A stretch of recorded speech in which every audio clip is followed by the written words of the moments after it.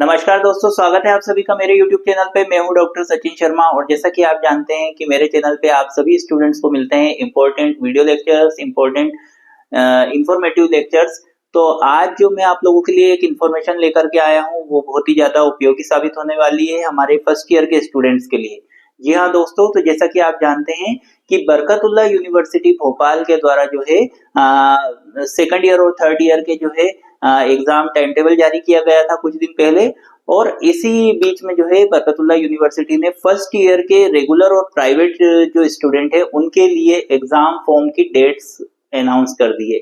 जी हाँ दोस्तों, तो जैसे ही एग्जाम फॉर्म की डेट्स अनाउंस होती है तो इसका मतलब ये होता है कि जल्दी ही आपकी एग्जाम भी जो है उसका भी टाइम टेबल आ जाएगा। तो फिलहाल हम देखते हैं आज के वीडियो लेक्चर में मैं आप लोगों को बताने वाला हूँ कि क्या डेट है आपके एग्जाम फॉर्म भरने की, और देखते हैं कि क्या क्या इन्होंने बताया है। तो ये जो नोटिफिकेशन आया था ये आया था 13 अप्रैल को, और बरकतुल्लाह यूनिवर्सिटी ने निकाला है न्यू एजुकेशन पॉलिसी की वार्षिक जो परीक्षा है प्रथम वर्ष के छात्र छात्राओं के लिए नवीन पाठ्यक्रम अनुसार। नवीन पाठ्यक्रम अनुसार मतलब कि अब जो इसी साल जिन बच्चों ने एडमिशन लिया है, मतलब कि 3 मेजर 2 माइनर विषय वाले जो बच्चे हैं उन सभी के लिए ये नोटिफिकेशन आया है। नियमित और स्वाध्यायी स्टूडेंट मतलब कि आपके जो रेगुलर स्टूडेंट है और जो प्राइवेट स्टूडेंट है उन दोनों तरह के स्टूडेंट्स के लिए ये नोटिफिकेशन आया है कि BA, BCom, BSc, BSc home science, BA management, BBA, BCA, BPES सभी जो यहाँ पे कोर्सेस आपको बताए हैं इन सभी कोर्सेस के स्टूडेंट के लिए ये वीडियो लेक्चर इंपॉर्टेंट होने वाला है।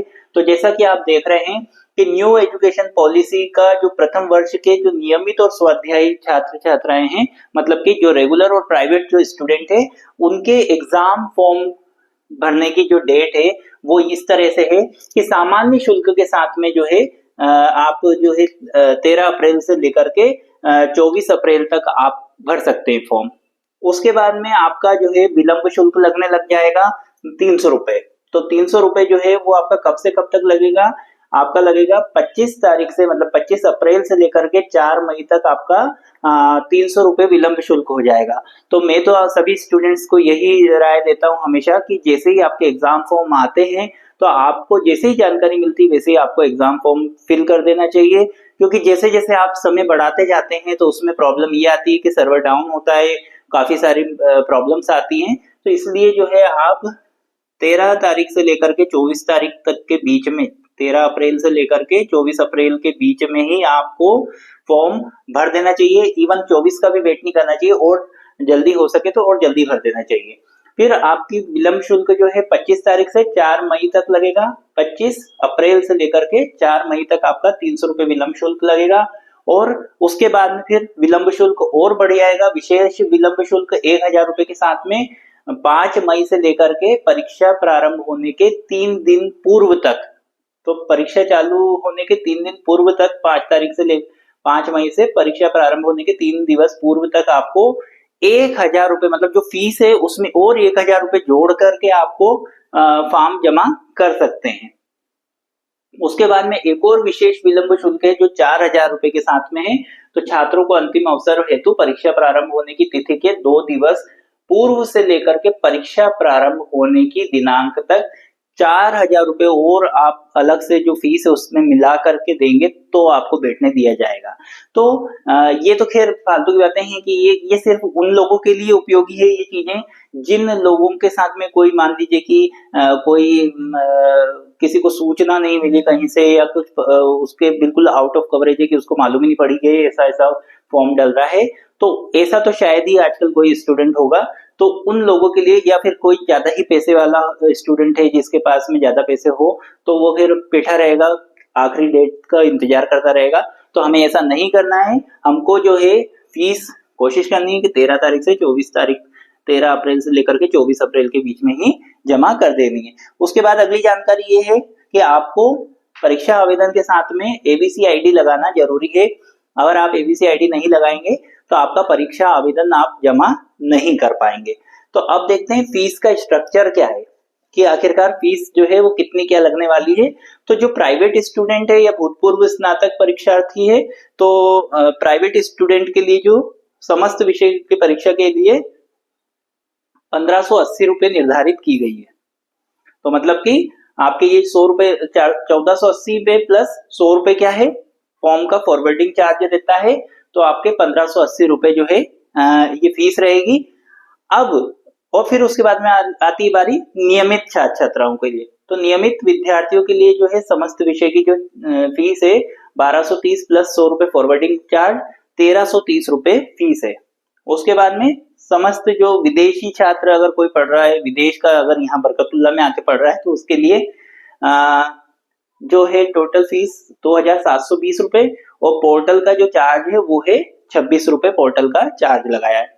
अब मैं आपको बता देता हूँ, एक चीज और बताता हूँ कि आपने जैसे यहाँ पे फीस का देख लिया कि ये नोटिफिकेशन में जो जारी की है उन्होंने फीस, वो फीस बताइए कि नियमित स्टूडेंट के लिए जो है वो 1330 रुपए निर्धारित करी है, और जो प्राइवेट स्टूडेंट है उनके लिए 1580 करिए। पर हो सकता है कि आपके कॉलेज में जो फीस आपको जमा करने के लिए बोला जाए वो इससे ज्यादा बोला जाए, तो आपको उसमें घबराना नहीं है कि भाई ये इसमें नोटिफिकेशन में तो कम फीस आई थी और हमसे कॉलेज में ज्यादा फीस जमा करवाई जा रही है।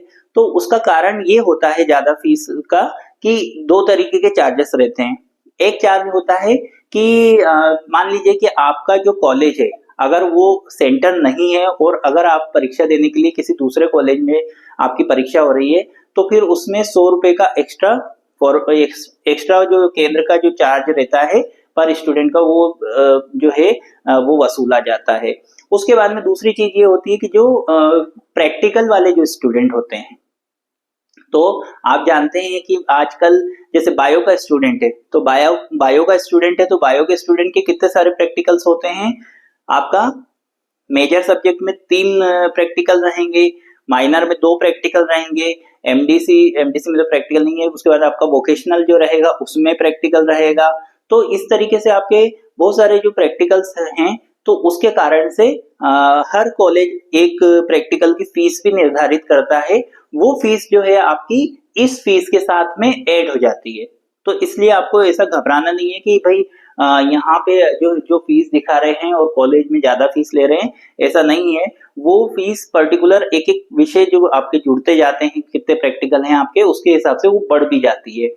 तो ये आपको ध्यान में रखना है। ये सामान्य फीस है जो आपको जमा करनी है। तो आप ये देख लीजिए कि जो नियमित छात्र हैं उनके लिए 1330 तो ये सामान्य शुल्क है। उसके बाद में अगर आपके प्रैक्टिकल और इनको जोड़ के कॉलेज में अलग बताते हैं तो आपको वो फीस जमा करनी है। फिलहाल के लिए मैंने आपको मेरे ख्याल से सब चीजें समझा दी हैं, आपको समझ में आ गई है, फीस का स्ट्रक्चर भी समझ में आ गया है कि फीस जो है ये यूनिवर्सिटी ने डिसाइड की है। उसके बाद में कॉलेज को भी फ्री किया है कि आप अपने स्तर पे अपने प्रैक्टिकल वाले छात्रों से अलग फीस ले सकते हैं। उसके बाद में फॉरवर्डिंग फीस मैंने आपको बता दी कि 100 रुपए लगती है। तो ये डेट्स का आपको ध्यान में रखना है। इसी तरीके से मेरे चैनल पे आपको बहुत सारे अच्छे जो है इंपॉर्टेंट क्वेश्चंस जो आपके एग्जाम के पॉइंट ऑफ व्यू से, उसकी भी मैंने प्लेलिस्ट बनाई हुई है। आपको डिटेल लेक्चर भी दिए हुए हैं मैंने, तो आप मेरी प्लेलिस्ट पे जाकर के देख सकते हैं। जैसे फर्स्ट ईयर के स्टूडेंट हैं आप लोग, तो फर्स्ट ईयर के स्टूडेंट जो है मेरे चैनल की प्लेलिस्ट में जाकर के अपने सभी सब्जेक्ट के इंपॉर्टेंट क्वेश्चंस देख सकते हैं। फाउंडेशन कोर्स के भी मैंने जो है अलग से जो है प्लेलिस्ट बनाई है, वोकेशनल सब्जेक्ट की अलग प्लेलिस्ट बनाई है, और आपका जो मेन सब्जेक्ट है उनकी अलग प्लेलिस्ट बनाई है।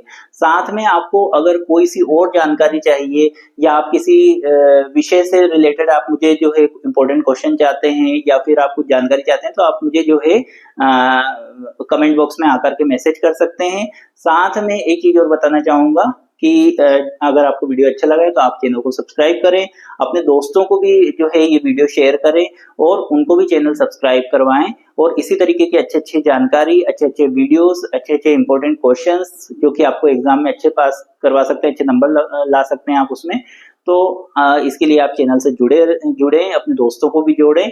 मिलते हैं नेक्स्ट वीडियो लेक्चर के साथ, तब तक के लिए नमस्कार, धन्यवाद।